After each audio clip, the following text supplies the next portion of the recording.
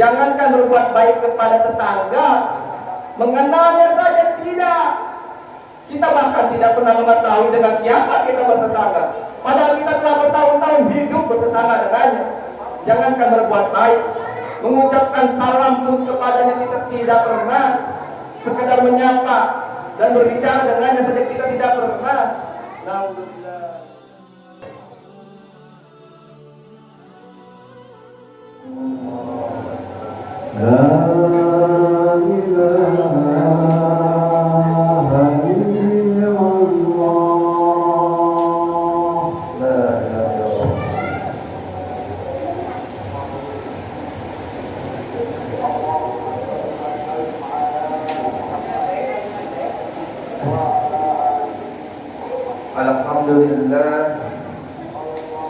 Alhamdulillah wa kafa wa salamun ala ibadillahi tawfa. Asyhadu an la ilaha illallah wahdahu la syarika lah wa asyhadu anna Muhammadan abduhu wa rasuluh la nabiyya ba'dah. Allahumma shalli wa sallim ala sayyidina Muhammadin wa ala alihi wa sahbihi wa man tabi'ahum bi ihsan ila yaumil amma ba'd. Fa ya ibadallah, usikum wa ya bitaqwallahi wa ta'atihi la'alakum tuflihun. Allah Ta'ala fil Qur'anil Karim, a'udzu billahi minasyaitonir rajim. Ya ayyuhalladzina amanu taqullaha haqqa tuqatih wa la tamutunna illa wa antum muslimun. Allahumma asli ummatan Muhammadin sallallahu alaihi wasallam warham ummatan Muhammadin sallallahu alaihi wasallam. Wansur wa fasnadaka bil amina bi haqqi Muhammadin sallallahu alaihi wasallam. Hadirin jamaah Jumat rahimakumullah, puja puji dan syukur kita haturkan kepada Allah Subhanahu wa taala, Tuhan satu-satunya dan tiada sekutu bagi Dia. Dialah Allah yang berhak menatap peradaban manusia. Allah tetapkan siapa yang harus memimpin dunia dan siapa yang harus dipimpin. Allah berikan kekuasaan kepada satu kaum, satu bangsa, atau satu sosok individu. Dialah Allah yang telah menciptakan kita sebagai makhluk yang mulia. Maka demi menjaga kemuliaan kita sebagai makhluknya yang termulia ini, Allah berikan syariat Islam sebagai syariat yang dapat menjaganya untuk tetap mulia sebagaimana fitrahnya. Sehingga fitrah manusia hidup di dunia ini berdasarkan Islam, maka jika manusia hidup menurut syariat Islam, itu laksana ikan yang hidup di dalam air, penuh dengan kedamaian, penuh dengan ketentraman, lestari dan bersahaja. Namun jika manusia hidup di dunia ini di luar Islam, maka laksana ikan yang berada di luar air, menggelepar-gelepar, dihantam haus dahaga hingga akhirnya dia mati mengenaskan. Salawat dan salam kita limpahkan kepada Rasulullah kita Muhammad sallallahu alaihi wasallam, Nabi dan Rasul yang senantiasa membimbing kita walaupun beliau sudah tidak ada, namun warisan hadis yang beliau sunnahkan kepada kita, yang beliau wariskan kepada kita dengan sunnahnya juga, membuat kita tidak hilang kendali, tidak kehilangan pedoman menjalin kehidupan kita di muka bumi ini. Selanjutnya, khatib berwasiat khususnya kepada pribadi khatib dan juga kepada hadirin sekalian untuk bersama-sama kita meningkatkan ketakwaan kepada Allah Subhanahu wa taala. Karena hanya dengan jalan takwa kita bisa menjadi mulia di dunia dan di akhirat. Hanya dengan jalan takwa apa yang Allah janjikan kepada kita di akhirat akan terwujud. Bahkan hidup di dunia, setiap kali ada masalah, Allah hadir menjadi sebuah solusi. Ketika ada kesulitan dan petaka, Allah selalu menjaga kita karena kita menjaga Allah Subhanahu wa taala. Itulah hakikat dari sebuah takwa. Sebagaimana yang Rasulullah SAW jelaskan tentang arti takwa yang sempurna, Rasulullah mengatakan, "Ittaqullah haqqa tuqatih." Bertakwalah kalian kepada Allah dengan sebenar-benarnya takwa. Takwa haqqa tuqatih memiliki 3 unsur yang integral. Yang pertama, yusra. Hendaklah Allah ditaati dan jangan dimaksiati. Sederhananya, melaksanakan perintah Allah dan tidak melanggar larangan-larangan Allah. Kalau melanggar larangan Allah, di saat itu kita maksiat. Kalau kita meninggalkan perintah Allah, di saat itu kita maksiat kepada Allah. Yang kedua, hendaklah Allah disyukuri dan jangan dikufuri. Syukur bermakna menggunakan apapun yang Allah karuniakan kepada kita di jalan yang Allah ridhoi. Allah kasih kita harta, maka kita pakai di jalan Allah. Itulah syukur kita pada harta. Allah beri kita ilmu, maka kita gunakan di jalan Allah. Itulah syukur kita kepada ilmu. Allah beri kita usia dan kesehatan, kita pergunakan untuk beribadah kepada Allah. Itulah syukur kita atas usia dan kesehatan akan umur kita.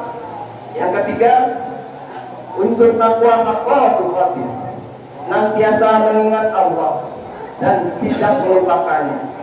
Mengingat Allah adalah ruh dari semua amal perbuatan kita. Bagaimana kita bisa taat, bagaimana kita bisa syukur jika kita tidak ingat kepada Allah. Inilah 3 hal yang mesti kita jaga manakala kita ingin menjadi mukmin yang memiliki ketakwaan yang sejati, betul-betul orang-orang yang bertakwa. Hadirin sidang Jumat rahimakumullah. Apabila kita perhatikan hubungan kita dengan tetangga kita, ternyata Islam ini sebuah agama yang sangat luar biasa dan telah mengaturnya. Islam agama yang komprehensif, tidak hanya berbicara dalam hal yang makro saja, mengatur alam semesta, berbicara makhluk seluruhnya, tidak hanya berbicara tentang dunia dan akhirat, tapi dalam segmen terkecil pun Islam sangat memperhatikannya. Inilah bukti kesempurnaan agama Islam. Salah satunya Islam berbicara hubungan hak dan kewajiban ketika kita dan tetangga kita. Siapa sebetulnya tetangga ini? Para jamaah sekalian, ada banyak pendapat. Salah satunya tetangga ini adalah orang yang kau jumpai pada saat sholat subuh berjamaah. Ada juga yang mengatakan tetangga itu adalah orang yang tinggal di sekitar kita 45 ke kanan dan ke kiri. Ada juga yang mendefinisikan kalau tetangga itu adalah orang yang tinggal di sekitar kita 10 rumah ke kanan dan 10 rumah ke kiri. Itu definisi-definisi yang disampaikan oleh para ulama. Ma'asyiral muslimin rahimakumullah. Salah satu perintah yang disampaikan kepada kita adalah berbuat baik kepada tetangga, yaitu dalam firman-Nya, yakni tetangga dekat maupun tetangga yang jauh dari rumah kita atau tetangga yang ada hubungan kekerabatan dengan kita, terhadap mereka semua kita diperintahkan untuk berbuat baik. Baginda Nabi Muhammad SAW memberitahu kita bahwa salah satu tanda kesempurnaan iman seseorang adalah memuliakan tetangganya. Baginda bersabda, barang siapa yang beriman kepada Allah dan hari akhir dengan iman yang sempurna, maka hendaklah ia memuliakan tetangganya. Hadis riwayat Al-Bukhari dan Muslim. Bahkan baginda Nabi SAW memerintahkan kepada para perempuan, yaitu istri-istri kita, untuk berbuat baik kepada tetangga-tetangga perempuan mereka. Dalam sabdanya, wahai para perempuan muslimah, janganlah sekali-kali seseorang dari kalian menganggap remeh untuk membagi makanan dengan tetangganya, meskipun hanya dengan untuk kambing. Itu tercatat dalam hadis riwayat Malik dalam Al-Muwatta.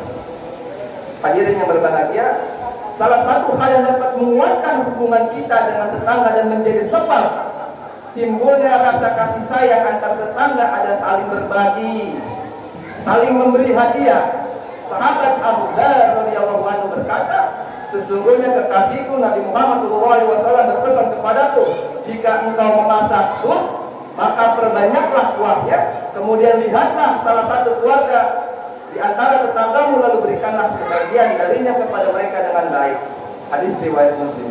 Hadirin rahimakumullah, mengenai sikap baik kita kepada tetangga, kisah yang sering diceritakan oleh para ulama adalah sikap seorang wali yang bernama Sahal Al-Tusari kepada tetangga yang beragama Majusi.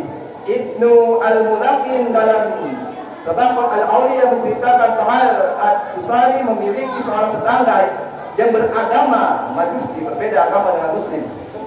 Suatu ketika jamban atau toilet tetangganya ini bocor sehingga mengalir kotoran dari jamban itu ke rumah Sahal. Dengan penuh kesabaran, di siang hari Sahal menampung kotoran itu, lalu ia membuangnya pada malam hari. Setahun hal itu berjalan dan tidak diketahui oleh orang Majusi tersebut. Sahal sama sekali tidak pernah mengeluh, sama sekali tidak pernah protes. Tetap ada tetangganya tersebut. Suatu saat Sahal jatuh sakit. Lalu ia memanggil orang Majusi itu dan memberitahukan kepadanya tentang kotoran Majusi yang mengalir ke rumahnya setiap hari. Sahal merasa pada saat itu ajalnya sudah dekat. Ia khawatir jika hal itu tidak ia beritahukan kepada Majusi, ahli waris Sahal tidak akan bersabar sebagaimana ia bersabar, itu akan menyebabkan mereka memusuhi orang Majusi tersebut. Mendengar hal itu, Majusi menangis terharu bercampur takjub atas kesabaran Sahal yang luar biasa. Sang Majusi itu lalu berkata, Anda bersabar atas gangguan kotoran dari jambanku selama berbulan-bulan. Anda tetap memperlakukanku dengan sangat baik. Ulurkan tangan Anda, aku akan masuk Islam dengan membaca 2 kalimat syahadat di hadapan Anda. Setelah orang Majusi tersebut membaca 2 kalimat syahadat, tidak lama kemudian Sahal pun meninggal dunia. Masih orang muslim rahimahullah. Teladan yang dicontohkan Imam Sahal jangan hanya dipisahkan semata, akan tetapi sudah semestinya kita meneladaninya. Sudah semestinya kita meneladaninya, menerapkannya dalam kehidupan kita sehari-hari. Mampukah kita melakukan hal yang sama? Ataukah sebaliknya, kita hanya akan mengeluh, berteriak-teriak dan bertengkar dengan tetangga kita jika kita mengalami hal sama? Padahal tetangga kita adalah saudara kita sesama muslim, dan yang mengalir ke rumah kita hanya, dan mungkin itu hanya air yang suci, bukan kotoran yang najis seperti yang dialami oleh Imam Sahal. Kaum muslimin yang berbahagia, anak-anak tolong dengarkan ya.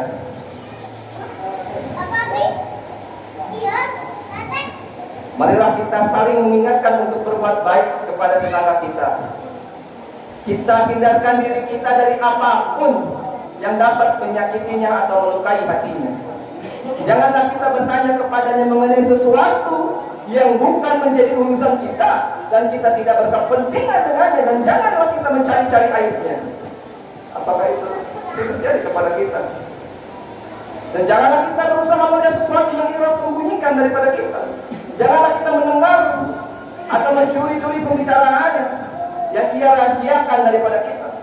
Kita jaga pandangan mata kita, jangan sampai mencuri pandangan perempuan-perempuan yang ada di dalam rumahnya.